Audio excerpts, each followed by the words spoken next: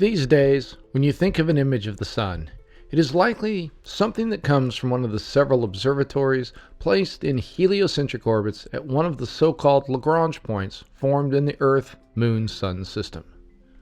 The best known of these observatories is the SOHO, or Solar and Heliospheric Observatory, which is in an orbit around the L1 point, about 1.5 million kilometers away from the Earth on a line towards the Sun. Now, this is not the only spacecraft near the L1 point, with a host of others there to provide a monitoring of the Sun to various space agencies. One such department is the United States Space Weather Program, hosted in Boulder, Colorado.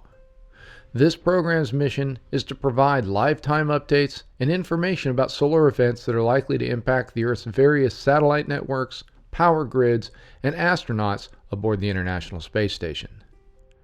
In addition to this small fleet of robotic eyes between the Earth and the Sun, there are the twin Solar Terrestrial Relations Observatory spacecraft, or STEREO, which, in orbits that lead and trail the Earth, allow scientists to image the Sun's surface and atmosphere in 3 dimensions, giving a fuller data set regarding the extraordinarily dynamic phenomenon that take place there. You've likely seen images from one of these spacecraft, and in doing so, you might have been surprised to see the image rendered in a very non-sunlight color, such as emerald green or electric blue. Even the images, often seen in a more believable red, have a surreal quality to them. They don't really look like what the Sun should be expected to look like. So, what are these images, and why are they rendered in this way? In each of the spacecraft, there are cameras that have the ability to look at the Sun in only one specific wavelength of light at any given time. This allows the camera to image the Sun and its activity very precisely, isolating specific physical processes that are taking place on the surface or in different parts of the Sun's atmosphere. It's one of those really amazing things we can do these days. Put a spacecraft at a very specific point in an orbit that hovers between the Earth and Sun, and then use our understanding of the physical processes related to hot plasmas and atomic physics to achieve the ability to study that most energetic of bodies in our immediate vicinity. Such an accomplishment wouldn't have been possible without the ideas George Ellery Hale had, specifically the idea he had while riding in a cable car in Chicago during the summer between his junior and senior year at MIT. As he rode along, he was looking out the window when the car passed a home with a white picket fence. As the pickets flashed by, he was reminded of the spectral lines he had been observing in the light he was gathering from the Sun, and in an instant, the idea for a new way to observe that Sun came to him.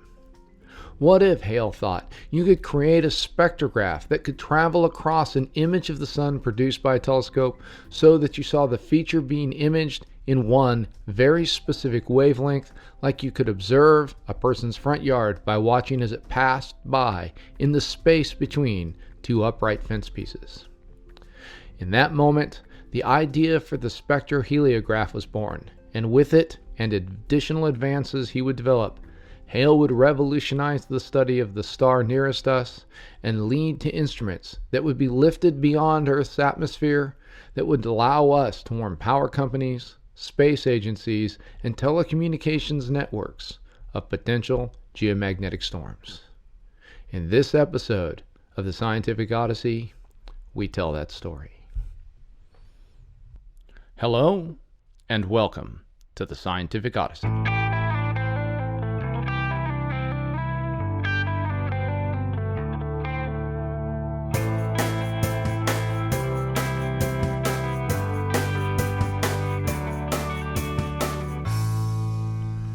The Scientific Odyssey is a mini-part journey into the history and philosophy of science.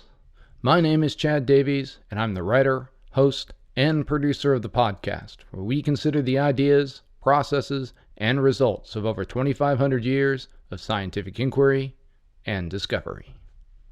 Series 3, Finding Our Place. Episode 43.3, Supplemental. George Ellery Hale, The Making of a reputation.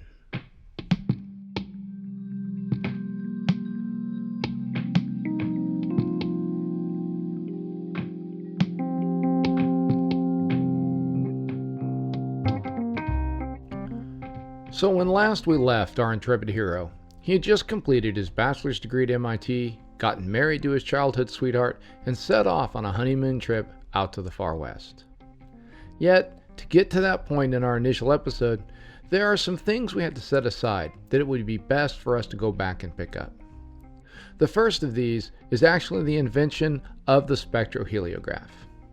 As we said in the introduction, Hale's idea was to use a movable aperture for the light to pass through. And by the way, this aperture is something known as a slit. And that slit would scan past the feature on the sun's surface. One way to sort of get this is to hold up two fingers of a hand and then look between those two fingers at something further away. When you do this, you'll realize that you see only a thin sliver of the background unless you either move your hand or you move your head, either of which will allow you to scan across that background. Hale's experience on the cable car was similar to moving your head, though it would turn out his actual implementation was closer to moving your hand, as it's not really possible to scan your eye through a telescope across a feature on the sun. This, however, was only the first part of the instrument.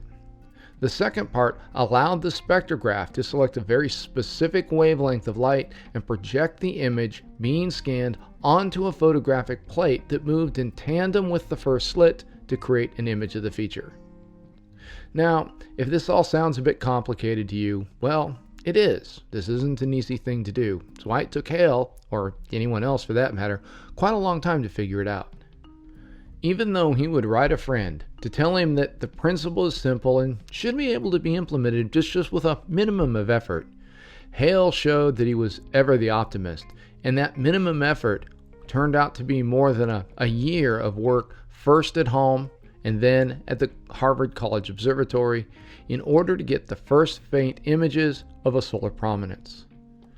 Nevertheless, though he would have to fight through numerous setbacks and failures, by May of 1890, Hale was the first human being who could take images of individual features on the sun in a particular wavelength of light. The news of his accomplishment traveled fast, and so it was that on his trip out to California with his new bride Evelina, the newlyweds found themselves and George's contraption being hauled up Mount Hamilton by carriage to see if an image could be taken through the 36-inch refracting telescope at the Yerkes Observatory. While the trip would yield no images due to poor seeing conditions on the day of the test, Hale did make the acquaintance of the one man who could most keenly appreciate his work, James Keeler. It would be the beginning of a decade-long friendship that would take astrophysics from a small and somewhat insignificant area of research to the center of modern astronomy. When the couple arrived back at home, Hale, always something of a workaholic, was at a crossroads in his life. He had a degree and an incredible tool, but he lacked direction. Did he sign on as a researcher at an observatory such as Lick or Allegheny? Should he pursue a graduate degree either in Germany or at Johns Hopkins? Could he work independently at a local observatory while teaching on the faculty at some small college or university somewhere? It was like he was a newly christened and outfitted ship whose captain was scanning the horizon in search of a destination. Given his particular circumstances, the outcome of that consideration should not come as a huge surprise. He did what a lot of sons would do at the time, and he asked his father what he thought. At this point, I think it's interesting to sort of consider what George's life would have looked like through the eyes of his father. Here was a kid who was obviously brilliant and who possessed a drive not unlike his own. However, rather than that drive being focused towards industry and enterprise, the younger Hale was obsessed with understanding the processes of nature.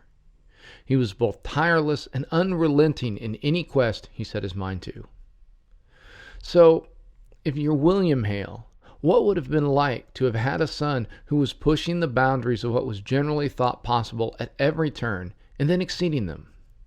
What happens when that son starts making publishable observations in high school, and then again in college, and then invents a whole new type of instrument to observe the sun? What happens when you realize that the thing that started him down the path was an old book taken from your wife's library and a triangular piece of glass scavenged off a discarded old candelabrum? However, there's more to it than this. William's wife, by this point, was mostly a shut-in, suffering from severe migraine headaches and just incredible anxiety. She rarely left the house and still fretted over her oldest son just constantly. So if you're William, the other thing you see as well is your other two children had grown up as George's assistants, and it was clear that their lives were fuller and richer by their association with him. And then there was the truth that you just like to have your son around. So if you think of all of that, there's a lot to recommend that the family be kept together. And so it was that William made his son George an offer. If George and his new wife would stay in Chicago at the family home, William would use his resources to have a brand new observatory built on the property with a 12-inch refracting telescope specifically designed to work with the spectroheliograph constructed. It was an offer George really couldn't refuse. He would get a high-grade, high-level research instruments designed to his specifications, and he wouldn't have to share it.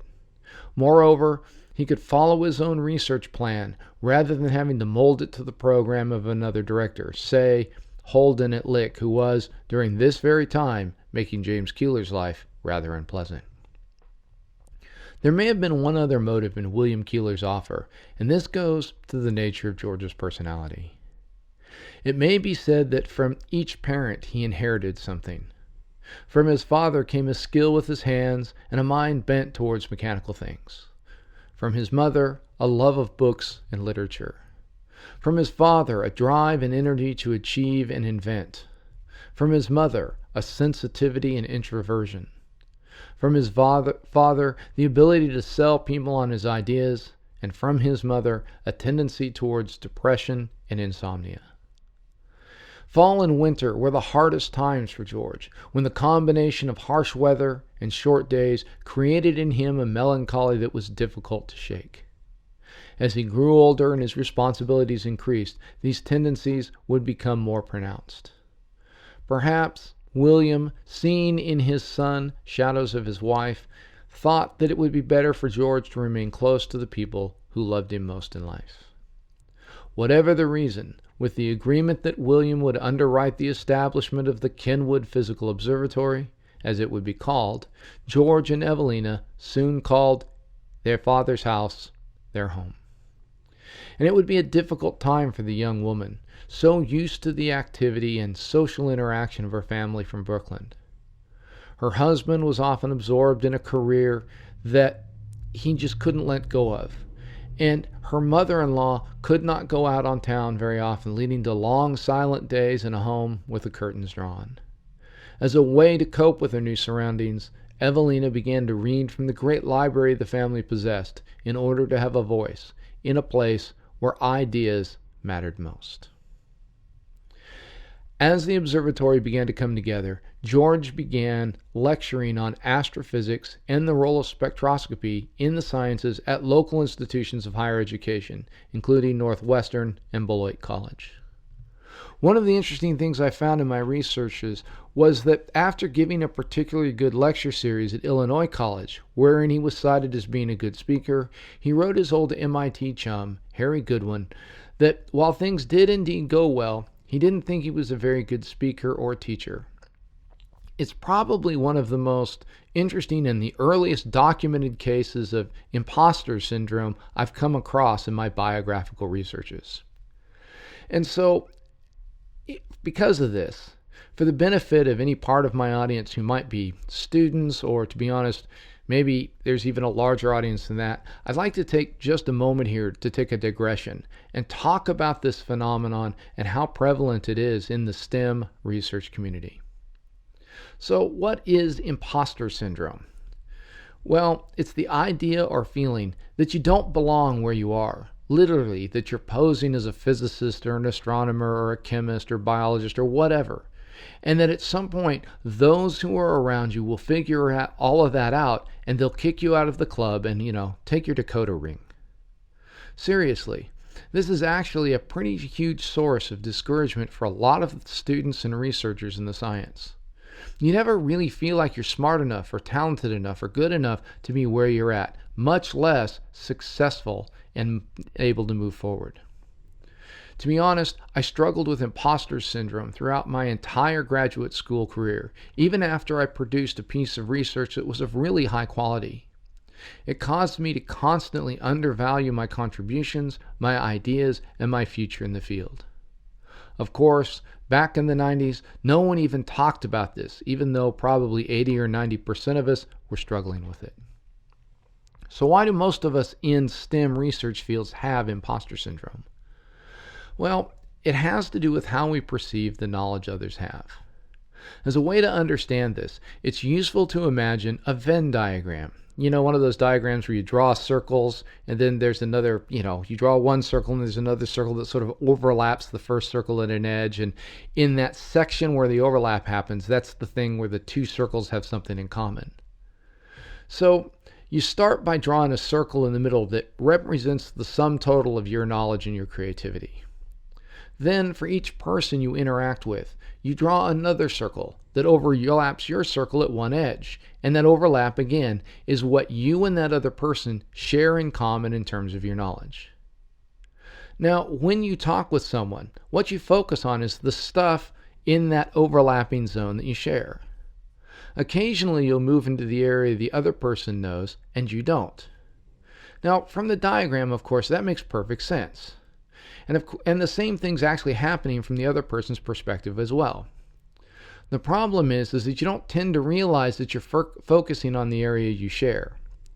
What your brain tends to do is to say that the other person knows everything in your circle, plus a ton more stuff than you don't. Then you can kind of imagine repeating this with all of the other people in your area of study. Pretty soon, it's easy to build a picture where everyone knows everything you do, and you only know a little bit of a sliver of each of the little things they do. And so what that must mean is that you're either dumb, or you're lazy, or untalented, or something. It's like everyone knows at least twice as much as you do. And this is only made worse when you hear two other people talk about their area overlap. They both seem to know everything, and you don't know hardly anything at all, which just compounds the effect. As you can imagine, it doesn't take long before you feel like you shouldn't be there, that you're an imposter. And this is a place where that Venn diagram picture can really help. So, if you're a student or a researcher and you're listening to this and you feel this way, know that you aren't alone. First, keep the Venn diagram picture in mind as you're having conversations with professors or colleagues. That'll help a surprisingly large amount. Second, remember that there's nothing wrong with not knowing something. That doesn't make you an imposter, nor does it make you dumb. It just means you don't know it. If you've gotten to a point where you're studying a subject, you can learn whatever it is that you want to learn. Now, doing that will probably require that you admit that you're ignorant, but that's okay. I remember a time when I was in graduate school, I was completely lost about something George Contopoulos was teaching. I was just sure that if I admitted that I didn't know it, my imposterness would be revealed for everyone to see, and they'd throw me out of the graduate program. Seriously. It seemed like to me all of my colleagues, all of the other graduate students completely understood what Contopoulos was talking about, and I had no idea. But then I realized that if I was an imposter, they were going to figure it out sooner or later. So I decided that I'd rather be an ignorant imposter who asked for help and learned something than an ignorant imposter who didn't. And to his credit, when I finally worked up the courage to ask George Contopoulos my questions, he didn't call me dumb or tell me to get out of his office or anything like that. Instead, he told me that he really liked my willingness to ask questions, and then spent the next 4 hours teaching me the basics of nonlinear dynamics or chaos theory, as it is applied to galactic dynamics. Had my pride kept me from asking for help, I would never have had that opportunity. Now, to be clear, I had to work pretty hard after that. There was still a lot of slogging around I had to do to get to where I wanted to be, but before I left, I was able to show that a galactic bar takes regular elliptical stellar orbits in a spiral galaxy and makes them chaotic, a result that impressed Contopoulos and formed a part of my dissertation. And that's the third thing about imposter syndrome. One of the best cures is just to work hard at your discipline. Now, this can be taken to extremes, of course, and you want to avoid that. But one of the things I hope you've seen from this podcast is that most of the figures we've discussed didn't succeed because they merely had some innate talent that made them better or smarter than anyone else. They succeeded because not only did they have some talent, but they also saw that what talent they had could be expanded and grown through hard work and dedication. There really is no substitute for hard work, and nearly all of the great discoveries we've discussed were a result of someone putting the shoulder to the wheel, as it were, and getting it done. In closing on this digression, I think there are two final thoughts. First, I don't want to imply that imposter syndrome is confined just to science, technology, engineering, and mathematics fields. That's just the region or area that I have experience with. I have it on pretty good authority from some of my colleagues in the social sciences and the humanities. They suffer from the same thing. And the other thing is, I don't know if you ever completely get over imposter syndrome, but I do think that you can keep it from making you miss opportunities because you doubt your ability or your talent or your work ethic. A great example of this is what Hale did with the Kenwood Observatory once the 12-inch telescope was installed and he could really begin working with this spectroheliograph. From what I can tell from my research, the hardest thing was finding the right wavelength of light to look at. As we've discussed, there are three types of spectra: continuous spectra, bright line emission spectra, and dark line absorption spectra. Hale's instrument best worked by finding bright lines created by heated elements in a diffuse material such as a hot gas or plasma, and then making images of the material that produced the light at those bright line points. His earliest tests focused on using hydrogen lines in the visible part of the spectrum, and what he found was that while he could see the prominences off the edge or limb of the sun's disk, the light being created by the hot surface of the sun tended to wash those images out, a bit like trying to see a white light against a white wall. You can do it, but it's a lot harder than if you're trying to see a red light against a black wall. And this is where Hale's reading of earlier work by men like Huggins and Vogel, along with Kirchhoff and Bunsen, during his undergraduate years really came in handy. He realized that there were lines made by heated hydrogen gas in the ultraviolet part of the spectrum. And he realized that if he went looking for those, he might find that there was greater contrast and thus he'd get better pictures. While this wasn't as successful as he hoped, what he did find was that the prominences produced very strong, what are known as H and K lines. So what are these things? The H and K lines are emission lines that were known to be produced by calcium. And so, as he worked through the various known emission lines, he eventually tried these and found that the features near the sun's surface blazed super bright in these specific wavelengths. It was a breakthrough that allowed him to get amazingly clear photographs and showed, beyond the shadow of a doubt, that the spectroheliograph was truly a revolutionary new instrument that could be used to open up new vistas where the sun was concerned. When the astronomers at Princeton read his write-up of the discovery, the director there, Charles Young, wrote Hale, quote, "I congratulate you on your success, which I knew would be yours if personal interest, bulldog tenacity, and knowledge of what you were had its just reward. Of course, you won't forget us when you make a print of that photo, even if it is not all you expect, for it will become historical, and I should prize it very much." End quote. For the rest of the year, Hale would churn out discovery after discovery with his new instrument. In June of 1891, just 2 weeks before the Kenwood Observatory was fully dedicated, Hale, on the strength of all of this research, was elected a foreign member of the Royal Astronomical Society at the tender age of 22. It really was a remarkable string of accomplishments, and so it was that Hale and Evelina decided to make a trip to England. While there, Hale met with William Huggins, now the old man of astrophysics, and discussed their mutual interests and Hale's future work. Hale also saw Huggins' laboratory and realized that this discipline of astrophysics happened as much in the lab as it did through the telescope, something he saw in his own facility in Kenwood and that would have a profound influence on him when it came time to think on a grander scale.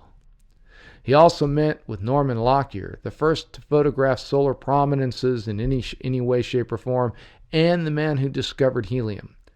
He also got a chance to meet with William Crookes, the physicist doing experiments with cathode ray tubes that would soon lead to Thomson's discovery of the electron. The other event of note was that during the trip, Hale found out something he had never imagined. He discovered that he had a competitor. At the Meudon Observatory in Paris, Henri Alexandre Delandre had published a paper in the Paris Academy's journal Comps Rendus, where he described photographing a prominence spectrum. While it was not exactly the method Hale had used, it would clearly be seen that Delandre was hot on his trail. After a quick visit to Paris to meet the French astronomer and discuss methods, Hale made another quick trip through continental Europe before returning home to take up his physical research anew, fearing that his work would be scooped by the better supported Delandre, who had at his fingertips the resources of the entire French astronomical community. In time, a priority dispute would arise as to which of the two men had come up with the idea of photographing something in the sun using just the light from one spectral line.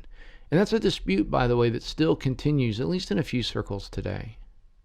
While it is clear that both men did have the idea independently, and in fact there were others before them who had thought of the idea, it does seem pretty clear that Hale's invention of the actual apparatus to make such observations holds priority.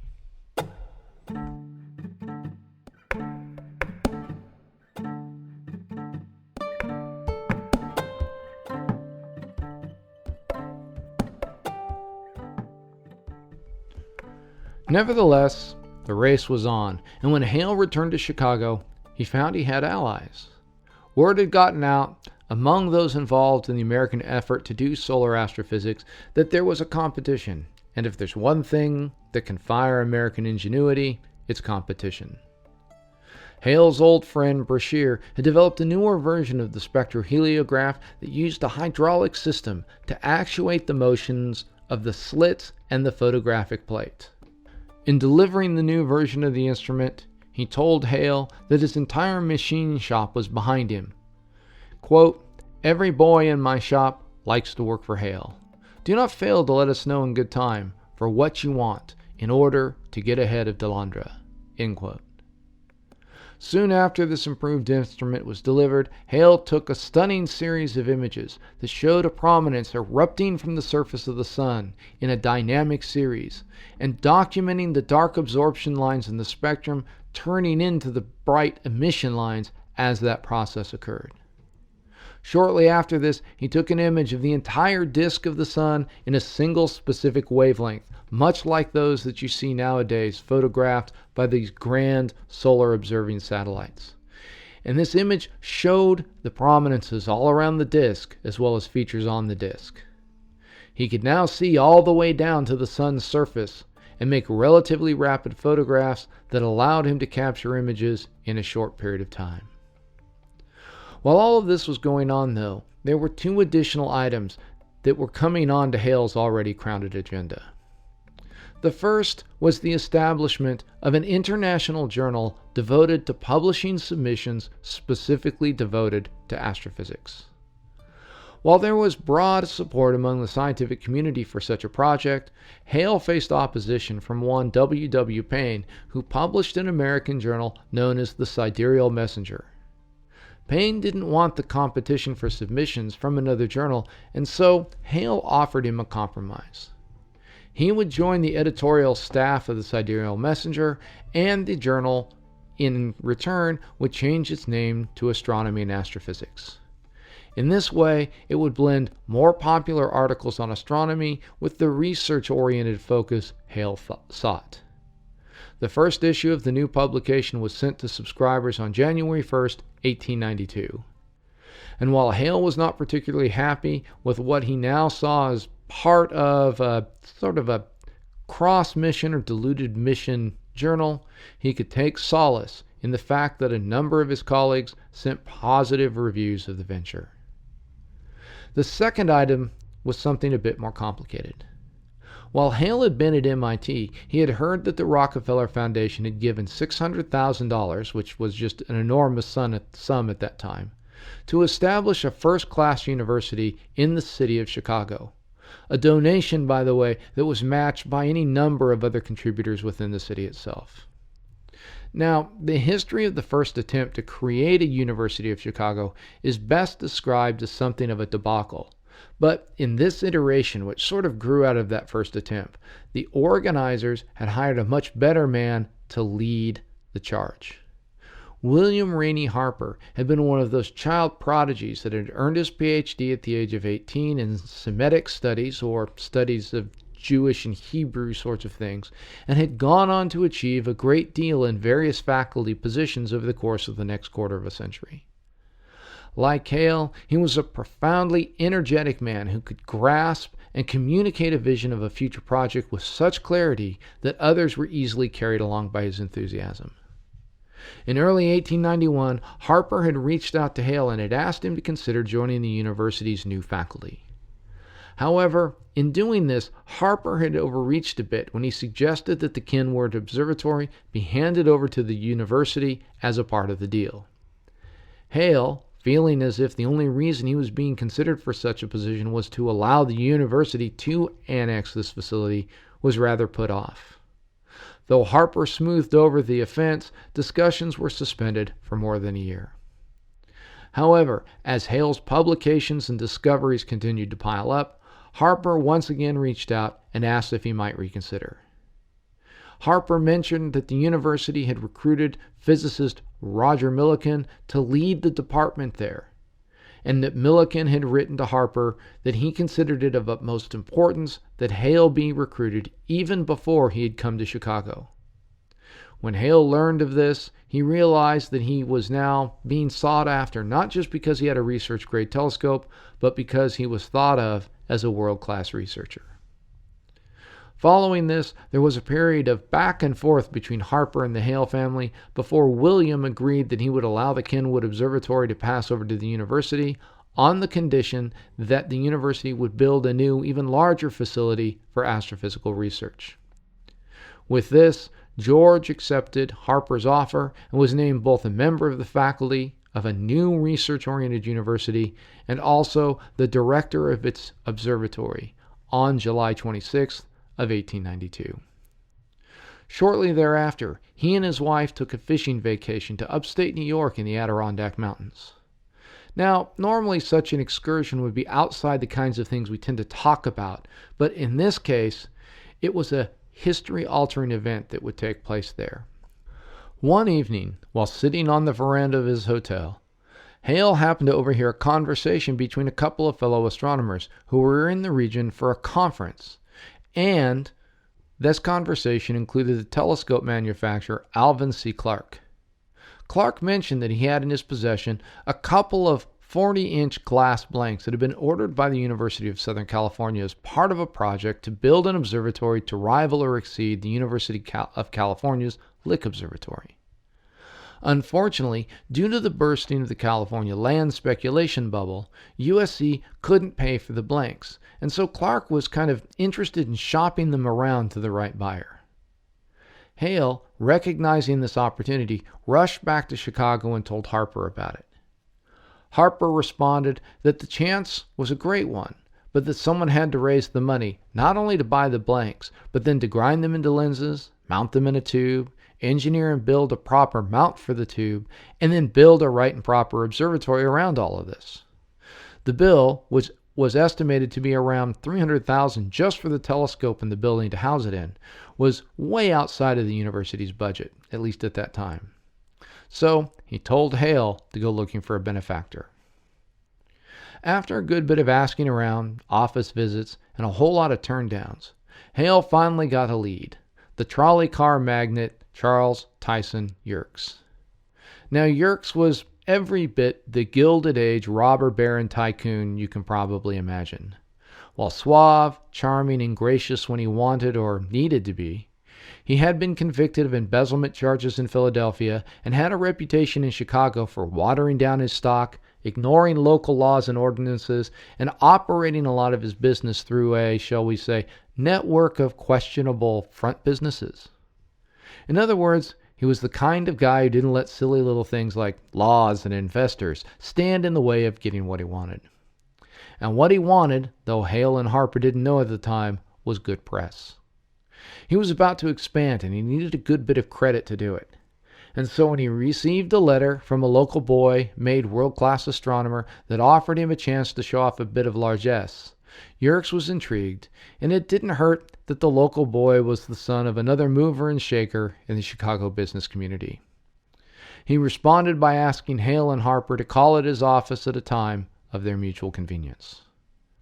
When the two made their pitch, selling the idea that a man could have his name attached to the largest telescope in the world, the story goes that Yerkes went to the window of his office and began speaking about the time when he was a schoolboy in Philadelphia, and he had boasted to his classmates that one day he would own the world's largest telescope.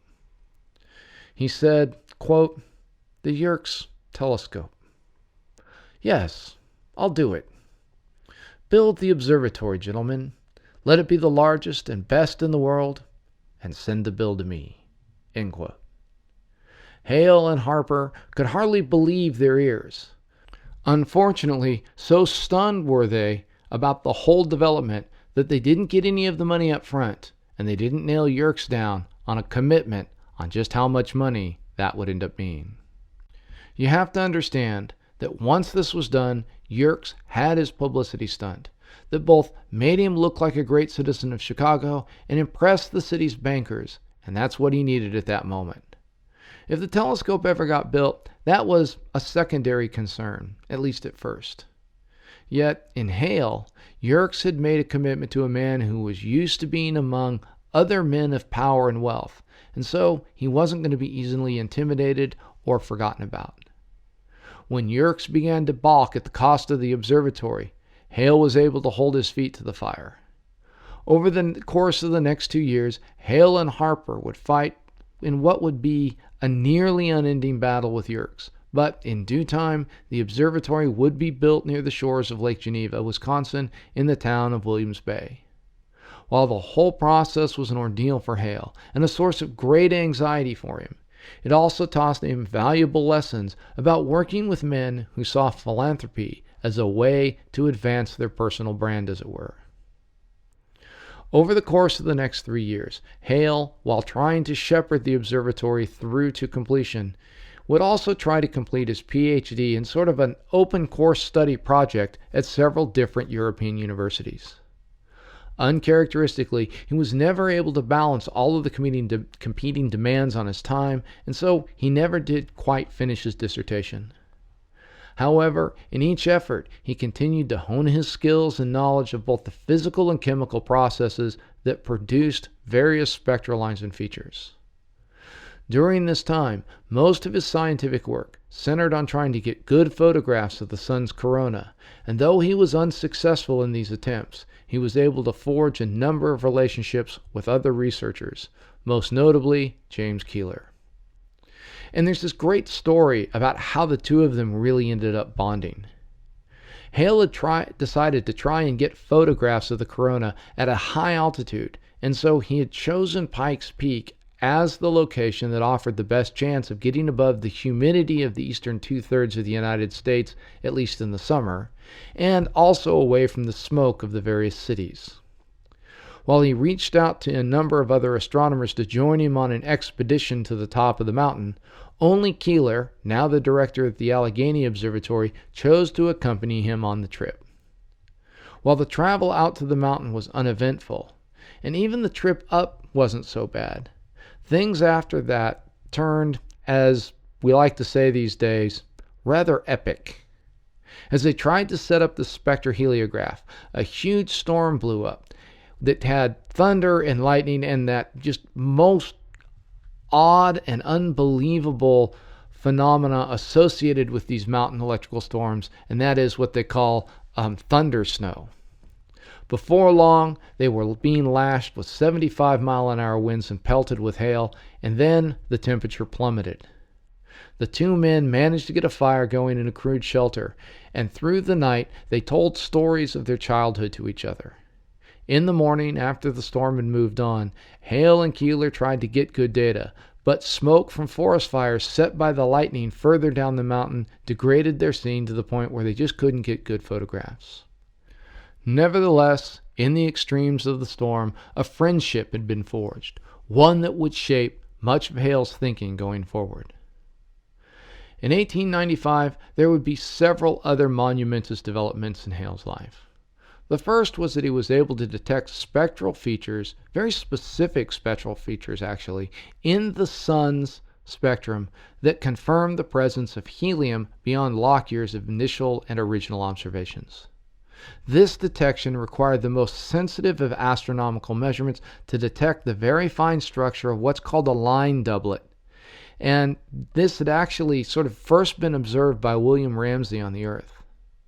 Additionally, at the end of that summer, the 40-inch telescope was finally installed at Lake Geneva, and the initial tests of that instrument showed it to be beyond what anyone had expected. To give you a sense of this, the first object observed through the refractor was actually the Orion Nebula. Now, you can see the Orion Nebula with your naked eye on a really dark night as it sits below the belt of the constellation named for the Greek hero. It's kind of a fuzzy patch that sits down there that if you sort of catch it out of the side of your eye, you can see that. While there are really a number of very beautiful photographs of the nebula showing it in rich detail and color, what you usually see when you look through a typical type of telescope, some sort of an 8-inch refractor or even a 12-inch refractor, is this really dramatic white object, wispy and complex in appearance. Very nebular is the best way to describe it. And the reason for this is that most telescopes just aren't big enough to gather enough light for the rods in your eyes to be able to detect the different wavelengths of color, and so only the cones in the back of your eye along your retina there, which happen to see in grayscale, register the image. And so it just looks kind of white. Yet, as Hale looked through the telescope for the very first time, he cried out. In that first image, the nebula was a brilliant fluorescent green as seen by the human eye. He wrote to Yerkes in Chicago to describe the event, and the thrill of his account seems to have finally moved the magnate to loosen his purse strings enough to finish and equip the observatory, at least as originally envisioned. And it is here that we should note that the conversations with men such as Huggins and Keeler had had their greatest effect. The observatory was a completely new sort of thing. It was a truly astrophysical laboratory. In the old days, an astronomer would go into their dome and observe through their telescopes, taking data through a long and often solitary evening. This data would be used later with little modification to make calculations of brightness or of motion or of position, something like that. Hales New Model had the astrophysicist doing something different. He or she would take data using instruments that recorded light onto photographic plates. These plates would then be taken and developed and studied by the astrophysicist in an office connected to a laboratory where the researcher would work to recreate the physical conditions in a controlled environment that would result in a spectrum just like the one measured through the telescope. The synergy between astronomical observation and physical research would allow the scientists to be able to say what conditions had given rise to the phenomenon. While such an approach seems obvious now, 130 years after Hale inaugurated it at the Yerkes Observatory, it was a groundbreaking approach at the time that would soon be copied not only at his other great observatories, but all over the world. And in fact, it is the standard method of operation of an astronomical observatory these days. This great period of productivity was punctuated, after 7 years of marriage, by the birth of George and Evelina's first child, a daughter they named Margaret. Born underweight and sickly, the child would occupy much of Hale's time and would be the source of his greatest joys and deepest anxieties. As Helen Wright says in her biography of Hale, during those first few weeks when she was often sick, quote, her father felt that if she failed to live, he too would die. Nor could he ever overcome these original fears. All his life he would worry about Margaret as his mother had worried about him. Her slightest illness would plunge him into despair. Her smallest accident would bring on a wave of depression. End quote. I imagine that the parents in my listening audience can sympathize with Hale's overwhelming concern for his little girl. Another year would pass as the observatory was finished and outfitted. Yerkes again became tight-fisted, and there were a number of setbacks, including a failure of the hydraulic floor of the main dome. However, on October 21st of 1897, the facility was dedicated to the pursuit of science in front of some 700 people. By then, the staff had been hired, and observations were being actively made. After 5 years of extraordinarily hard work, Hale had brought about the largest and best-equipped astrophysical research center on the planet. Now he could get down to the work he had wanted to do for so long, studying the light of the sun in unprecedented detail. However, even this new beginning was tinged with sadness. In October of 1898, William Hale, while on a trip to Mexico City, had contracted Bright's disease. He had been brought back to Chicago by private car rented from Mr. Pullman of the railcar fame. George left the observatory and spent 4 weeks with his father until the older man passed away.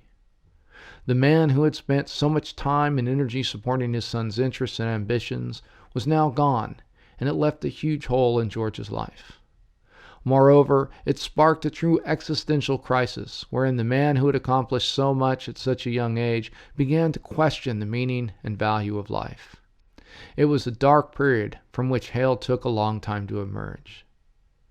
And yet, even as he struggled to find his moorings, his mother's health began to decline as well. Suffering from kidney failure, she would linger for another 7 months before she, on July 11th, 1899, joined her husband in the grave.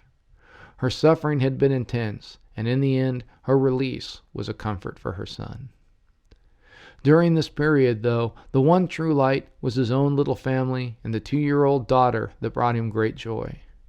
Through these most difficult of times, he would sit by her crib and read her stories he had written of a remarkable tribe of bears who lived in a great cave. He spun chapter after chapter of their adventures while she drifted off to sleep, hugging a prized stuffed puppy.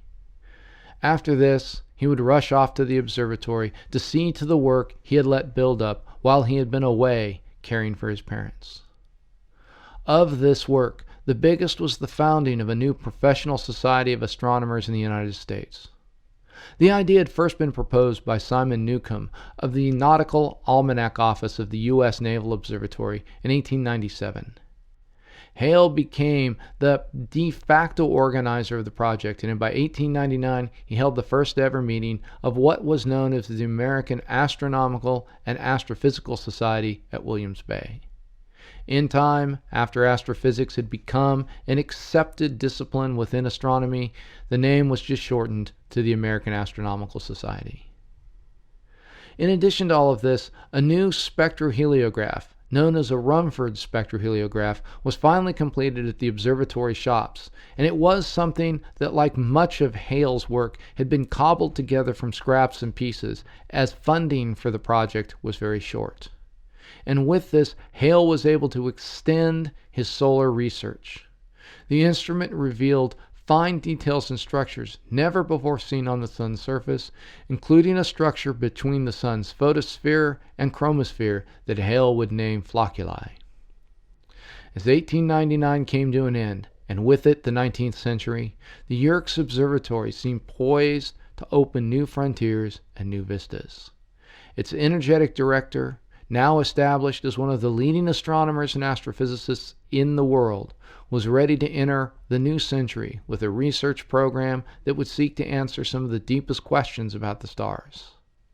Little did he, or anyone else for that matter, know that in 5 years he would leave the Midwest for the warmer climate of Southern California and an entirely new venture.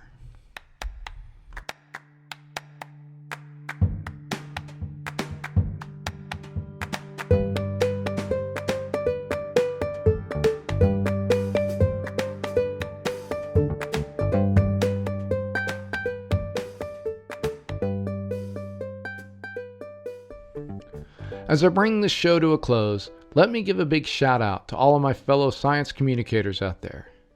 Getting the word out about the work being done by researchers and investigators is an important job and a really just vital thing that we need to do. And there are so many of you out there who do it so very well. By the way, if any of you would like to join me in Washington, D.C. in the summer of 2018, I'm organizing a panel discussion at the American Association of Physics Teachers meeting there on using new media to teach and communicate science. I'm very much looking for panelists, and so if you're down with the idea, contact me at cldavies@mac.com, and we'll see what we can work out. Also, this show marks the 150th episode of the podcast, and next week will be our 3-year anniversary as well. To put that in some perspective, we've now officially run longer, I think, than the History of Rome podcast, or if you're more of a science fiction buff, we've outlasted Star Trek, the original series. In one way, it's pretty wild that we've been chugging along for this long. And in another, I see it very much as a one foot in front of the other sort of thing. I'll have a few more reflections on our anniversary show next week, I think. But I do want to say thank you to everyone that's been a part of the crew.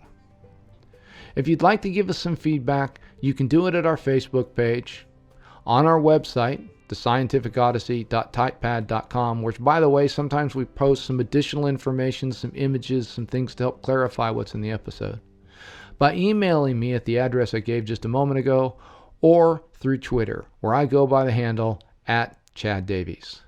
Hit me up and we'll chat. Next week, we'll look at George Ellery Hale's great transition and new start in the sleepy town of Pasadena, California. Until then, full sails on your journey.